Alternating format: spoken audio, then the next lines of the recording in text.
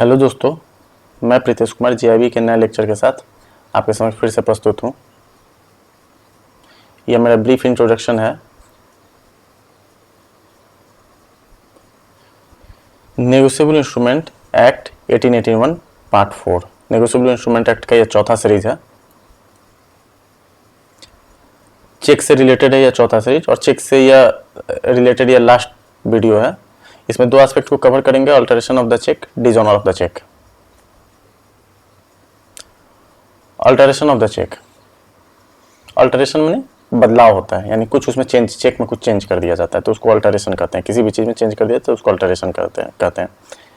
As per section 87, if cheque with material alteration is paid then bank is liable. Section 87 NI Act का कहता है कि अगर check में कोई मटेरियल अल्टरेशन है और उसको बैंक पे करता है तो बैंक जो है लायबल हो जाएगा, बैंक लायबल होगा। मटेरियल अल्टरेशन है क्या? It is an alteration which dilutes mandate of the customer. Material alteration includes conversion of the order check into bearer, cancellation of crossing, conversion of special crossing into general crossing, mutilation of check, change of amount, date and name of payee. Material alteration. Material alteration, it is an alteration which dilutes mandate of the customer. Material का check में बदलाव किया जाता है जो customer के mandate को dilute करता है, कस्टमर के मैंडेट को कमज़ोर करता है। कस्टमर ने जो मैंडेट दिया है, चेक दिया है, वह एक प्रकार का मैंडेट होता है, और कस्टमर के मैंडेट को अगर कमज़ोर करे तो उसे मटेरियल अल्टरेशन कहते हैं। जैसे conversion of order cheque into bearer cheque. अगर ऑर्डर चेक कस्टमर ने काट के दिया है, ऑर्डर चेक ड्रॉर ने काट के दिया और उसको बियर चेक बना देते हैं, तो यह ऑर्डर चेक से बियर चेक बनाना कस्टमर के मैंडेट को कमज़ोर करता है। ऑर्डर चेक था, उसको आप बियर चेक बना दिए तो यह कमज़ोर हुआ, तो यह मटेरियल अल्टरेशन है। कैंसिलिंग ऑफ क्रॉसिंग, यानी क्रॉस चेक दिया है और उसको आप कैंसिल कर रहे हैं तो यह मटेरियल अल्टरेशन है, क्योंकि यह कस्टमर के मैंडेट को डाइल्यूट करता है, कमज़ोर करता है। Conversion of the special crossing into general crossing. Special crossing किया हुआ चेक है, उसको आप जनरल क्रॉसिंग बनाते हैं तो यह मटेरियल अल्टरेशन है, क्योंकि यह कस्टमर के मैंडेट को कमज़ोर करता है। था स्पेशल क्रॉसिंग और उसको आप जनरल क्रॉसिंग बना रहे हो। म्यूटिलेशन ऑफ चेक, यह मटेरियल अल्टरेशन है। एक चेक को म्यूटिलेट करके आप ले आ रहे हैं, यह मटेरियल अल्टरेशन है और यह कस्टमर के मैंडेट को डाइल्यूट करता है। चेंज ऑफ अमाउंट, डेट और नेम ऑफ पे, ये सारे जो यह तीनों हैं कस्टमर के मैंडेट को डाइल्यूट करते हैं और ये सारे सभी मटेरियल अल्टरेशन है। इस केस में अगर बैंक पेमेंट करता है तो बैंक लायबल होगा। नॉन मटेरियल अल्टरेशन क्या क्या होता है, यानी चेक में वह ऐसे कौन कौन से परिवर्तन किए जा सकते हैं जो नॉन मटेरियल अल्टरेशन के कैटेगरी में आएंगे। तो conversion of bearer into order, यानी बियरर चेक है, उसको ऑर्डर में कन्वर्ट कर दे रहे हैं, यानी मैंडेट को और मजबूत बना रहे हैं। बियरर था और आपने ऑर्डर कर दिया और मजबूत हुआ कस्टमर का मैंडेट, तो यह नॉन मटेरियल अल्टरेशन में आएगा।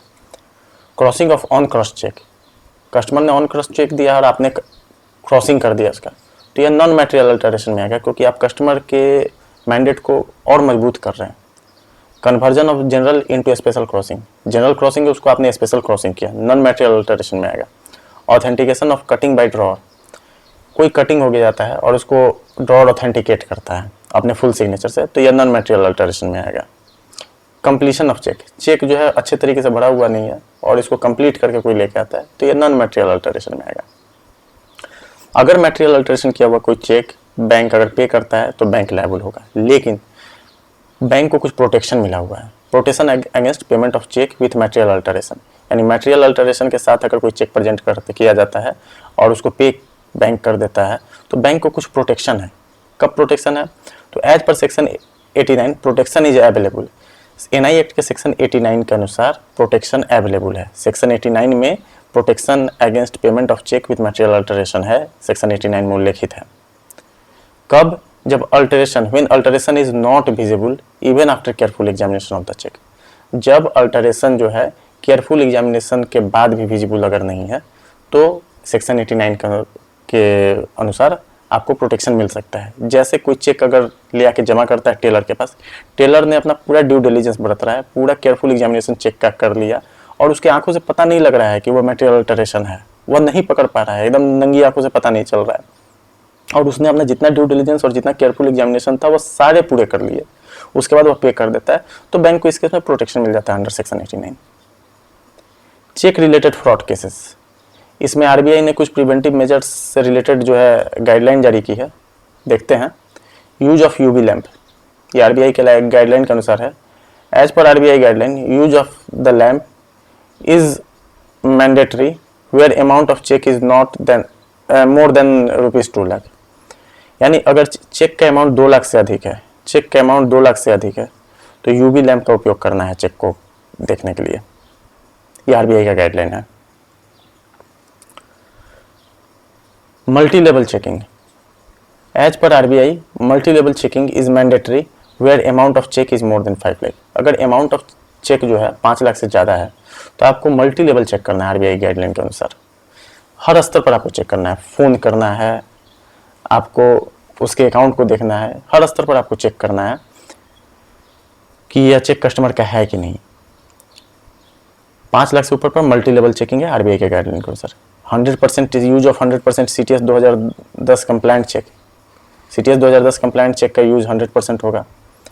Ensuring that beneficiary is KYC compliant, beneficiary जो होना चाहिए चेक का वह केवाईसी कंप्लायंट होना चाहिए, निश्चित रूप से केवाईसी कंप्लायंट होना चाहिए, इसमें कोई दिक्कत नहीं होना चाहिए। Close monitoring of the credit and debit in newly opened account, transaction account based on the risk categorisation. Risk categorisation, जो कोई नया अकाउंट खुलता है तो उसके रिस्क कैटेगराइजेशन के अनुसार, लो, मीडियम और हाई रिस्क के अनुसार उसके क्रेडिट और डेबिट समेशन को जो है चेक करते रहना है। या बैकएंड से होता है, अपने डेली बैंकिंग में यह काम हम लोग नहीं करते हैं, या बैकएंड से होते रहता है thanks to technology. Sending an SMS alert to payer drawer when cheques are received और क्लियरिंग, क्लियरिंग के लिए अगर चेक रिसीव किया जाता है तो एसएमएस सेंड किया जाएगा पेयर और ड्रॉ करेगा। यह सभी आरबीआई का गाइडलाइन है, पेयर और ड्रॉ को एसएमएस सेंड किया जाएगा। नोट पॉइंट है, CTS cheque can't be altered even by drawer. CTS अगर चेक है तो उसको ड्रॉर जो है अल्टरेशन उसमें नहीं कर सकता है, लेकिन एक एक्सेप्शन है, सीटीएस चेक में रिवैलिडेशन किया जा सकता है ड्रॉर के द्वारा। यानी ड्रॉर जो है सीटीएस चेक है और उसकी वैलिडिटी समाप्त होगी तो ड्रॉर जो है उसको रिवैलिडेट करके दे सकता है।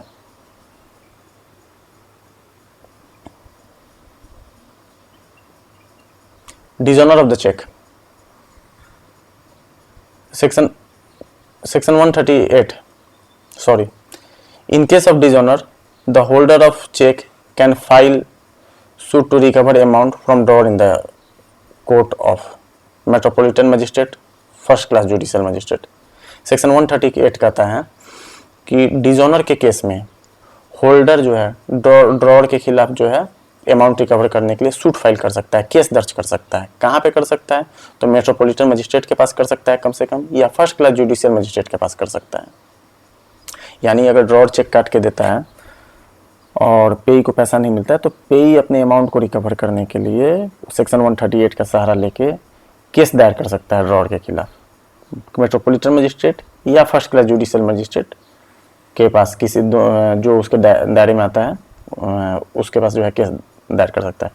Location of court, when cheque is presented for payment, जब चेक डायरेक्ट पेमेंट के लिए प्रेजेंट किया जाता है तो जो कोर्ट होगा, जिस कोर्ट में आप केस दायर कीजिएगा, वह according to branch where drawer has account, drawer का जहाँ पे अकाउंट है उस ब्रांच के अनुसार वह कोर्ट होगा। यानी वह ब्रांच जिस एरिया में आता है उस एरिया में जो कोर्ट होगा उसी कोर्ट में जो है डिजोनर का केस आप दायर कर सकते हैं। चेक डिपोजिटेड फॉर कलेक्शन, अगर चेक कलेक्शन के लिए डिपॉजिट किया गया है तो इस केस में कोर्ट जो होगा जहाँ पे आप सूट फाइल कीजिएगा वह पेई जहाँ अकाउंट मेंटेन करता है, जिस जगह पर पेई अकाउंट मेंटेन करता है उस जगह का वह कोर्ट होना चाहिए। Condition to be satisfied by holder to file suit, कुछ कंडीशन है, अगर आप का होल्डर अगर सूट फाइल करने जाता है तो उसको कुछ कंडीशन है उसको फुलफिल करना होता है। जैसे 3 कंडीशन है। Cheque issued for consideration, cheque जो इशू किया गया है ड्रॉर के द्वारा वह कंसिडरेशन के लिए होना चाहिए। कंसिडरेशन किसे कहते हैं? जैसे हम दुकानदार हैं, हम अपने होलसेलर को चेक देते हैं होलसेलर से कुछ सामान लेके, तो यह कंसिडरेशन है। मैं मकान में रहता हूँ, उस मकान का किराया अगर देता हूँ चेक के द्वारा तो वह कंसिडरेशन है, मतलब फ्री फंड का नहीं, कंसिडरेशन किसी ना किसी चीज़ के लिए, तो यह कंसिडर होता है। यानी अगर चेक किसी कंसिडरेशन के लिए इशू किया गया है तो यह फुलफिल होना चाहिए, कंसिडरेशन का कंडीशन फुलफिल होना चाहिए। दूसरा, dishonour due to insufficiency of fund, जो चेक का डिजोनर होगा वह इनसफिशिएंसी ऑफ फंड्स के कारण होगा, स्टॉप पेमेंट के कारण हो सकता है और अकाउंट क्लोज के कारण।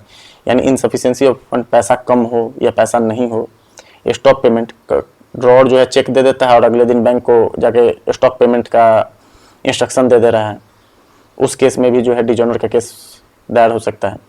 और ड्रॉअर जो है चेक दे दिया और अकाउंट क्लोज है, तो उस केस में भी अकाउंट क्लोज वाले कंडीशन को जो इनसफिशिएंसी ऑफ फंड के बराबर ही मानेंगे, और इस केस में भी जो है डिजोनर सेक्शन 138 के अनुसार जो है डिजोनर का केस दायर किया जा सकता है।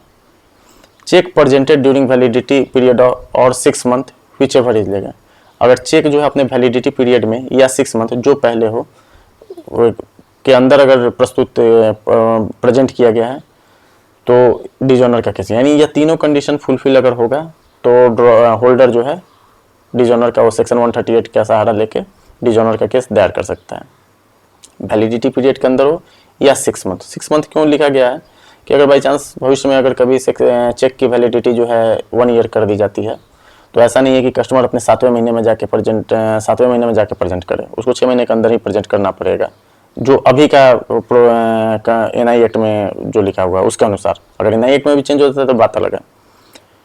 Procedure before filing suit file करने के पहले, यानी अगर होल्डर जो है सूट फाइल करने जाता है उससे पहले होल्डर को कुछ प्रोसीड्योर को फॉलो करना होगा। कौन कौन सा प्रोसीड्योर? तो holder to send notice within 1 month from receipt of the information from bank regarding the return of the cheque as unpaid to drawer to make payment. Holder को, जिस समय होल्डर को यह पता लगता है बैंक के द्वारा, उसके बैंकर के द्वारा कि उसका चेक जो है अनपेड रिटर्न कर दिया गया है, उस दिन से 1 महीने के अंदर होल्डर को अपने ड्रॉअर को एक नोटिस इशू करना होगा, नोटिस सर्व करना होगा। नोटिस सर्व हो जाने के 15 दिन के अंदर, नोटिस जिस दिन से सर्व हुआ उसके 15 दिन के अंदर जो है ड्रॉअर को पैसा पे करना पड़ेगा। ड्रॉअर अगर पैसा, if payment is not made on the time, अगर ड्रॉअर पैसा पेमेंट नहीं करता है तो कॉज ऑफ एक्शन जो है उसी समय से अराइज हो जाएगा। यानी 15 दिन के जैसे 15 दिन पूरा होगा उसके बाद से कॉज ऑफ एक्शन अराइज हो जाएगा अगर पेमेंट नहीं करता है। कॉज ऑफ एक्शन के 30 दिन के भीतर, जब से कॉज ऑफ एक्शन अराइज हुआ उसके 30 दिन के भीतर होल्डर जो है सूट फाइल कर सकता है। Suit can be filed maximum with in 30 days from cause of action. Cause of action से मैक्सिमम 30 दिन के भीतर जो है सूट फाइल किया जा सकता है, लेकिन कोर्ट को यह अधिकार रहता है, court can permit filing of suit even after 1 month in genuine case. किसी जेन्युइन केस में, किसी केस में जहाँ पे कोर्ट को यह महसूस होता है कि नहीं यहाँ पे ऐसा होना चाहिए, तो 30 दिन के बाद भी केस फाइल करने के लिए परमिट कर सकता है। पनिशमेंट है, चूंकि एनआई एक्ट में डिजोनर ऑफ चेक जो है एक क्रिमिनल ऑफेंसेस के अंतर्गत आता है, तो इसमें पनिशमेंट है। क्या है? तो एक फाइन का प्रोविजन है, एक इम्प्रिजनमेंट का प्रोविजन है और दोनों का प्रोविजन है। फाइन जो होगा, fine up to double the amount of cheque, cheque के डबल अमाउंट का इतना फाइन लगा सकता है कोर्ट, या 2 साल तक का इम्प्रिजनमेंट दे सकता है, कम या 2 साल तक का मैक्सिमम इम्प्रिजनमेंट, जेल दे सकता है, या दोनों दे सकता है, जैसा केस को कोर्ट को अच्छा लगे वह दे सकता है। Punishment in case of compounding of offence, यानी कंपाउंडिंग ऑफ ऑफेंस समझिए, कंपाउंडिंग ऑफ ऑफेंस का अर्थ होता है कि कॉम्प्रोमाइज, यानी होल्डर